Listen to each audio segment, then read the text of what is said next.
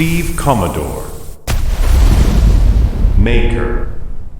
Bonjour à tous. Aujourd'hui, on va plonger dans un univers vraiment fascinant. Un monde où la vieille technologie, celle d'hier, rencontre la créativité de maintenant. On va parler d'une passion qui traverse les époques, à travers l'histoire d'un labo pas comme les autres.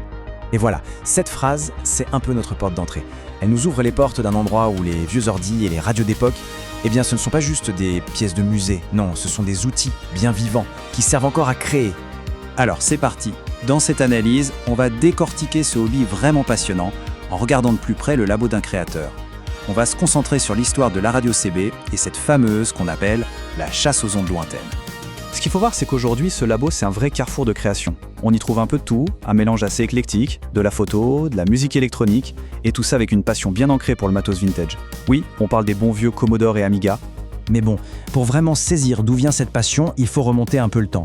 On va retourner à la source, au tout début de cette aventure avec la radio. 1990. Voilà l'année clé.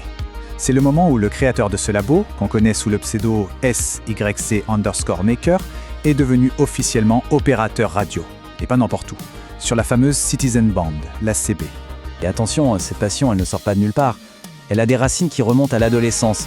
Ça a commencé avec des expériences sur des ordis devenus mythiques, comme le Commodore 64, des bidouillages avec l'image analogique, et bien sûr, le plaisir de jouer avec les ondes radio. Et au cœur de ce hobby, vraiment, ce qui le fait vibrer, c'est ce qu'on appelle la chasse. Une chasse, mais à quoi au juste ? Eh bien la chasse au contact DX. Alors voilà la question, ça veut dire quoi exactement ce mot un peu bizarre, le DXing ? En fait, c'est assez simple. DX, c'est juste l'abréviation pour distance. Donc faire du DXing ou faire du DX, c'est tout simplement réussir à établir un contact radio avec une station qui se trouve très très loin. Pour pas mal d'opérateurs, c'est un peu le Graal, le défi ultime. Et ce terrain de chasse, il est bien précis. Ça se passe surtout sur ce qu'on appelle la bande des 11 mètres. C'est la plage de fréquence qui est réservée à la radio CB. C'est un peu le point de départ de toute l'histoire. Ok, donc un contact à longue distance établi. Super, mais comment on le prouve ? Comment on garde une trace de ça ?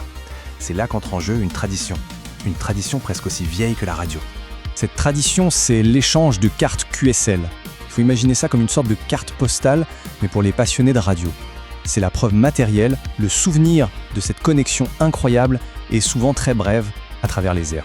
Ici, on voit bien à quoi ça ressemble, une carte QSL typique. On y met les infos essentielles, l'indicatif de l'opérateur qu'on a contacté, la date, l'heure et un rapport sur la qualité du signal. Et ce petit 73 à la fin, c'est un code international entre opérateurs radio. Ça veut tout simplement dire « meilleure salutation ». Bon, maintenant, faisons un saut dans le temps pour voir comment la station a évolué. Parce qu'en plus de 30 ans, la technologie a fait un bond et les centres d'intérêt de notre créateur aussi. Cette petite chronologie résume bien le parcours. On commence en 1990 avec les débuts en tant qu'opérateur CB. Puis, dans les années 90, une autre passion émerge, la musique électronique composée sur des ordinateurs Amiga. Et on arrive à aujourd'hui avec ce laboratoire hybride qui mélange tout ça. Et là, le comparatif avant-maintenant, il est parlant. On est passé d'une installation assez simple dans les années 90, avec une radio CB de base et un Amiga 500, à une station d'aujourd'hui qui est bien plus complexe. Elle mélange une radio SDR de pointe, en gros c'est une radio gérée par ordinateur super polyvalente, avec l'équipement CB d'origine, des ordi vintage entièrement restaurés, et même des synthés modulaires. C'est un vrai pont entre les deux époques. Mais au fond, la question c'est pourquoi ? Pourquoi un tel attachement à ces ondes radio dans un monde où tout est numérique, où tout est connecté instantanément ? La réponse en fait, c'est que ça dépasse largement la simple technologie. C'est le défi de réussir à capter ce signal parfois à peine audible qui vient de l'autre bout de la planète. C'est le frisson de la découverte, cette petite montée d'adrénaline quand on lance un appel sans jamais savoir qui va répondre. C'est la recherche d'une connexion humaine, une connexion brute, authentique et complètement imprévisible. Et ça nous laisse sur une dernière réflexion. À notre époque, à l'heure de la connexion mondiale instantanée, où on peut joindre n'importe qui, n'importe quand, pourquoi certains choisissent-ils de passer des heures à chercher des voix perdues dans le bruit de fond des ondes ?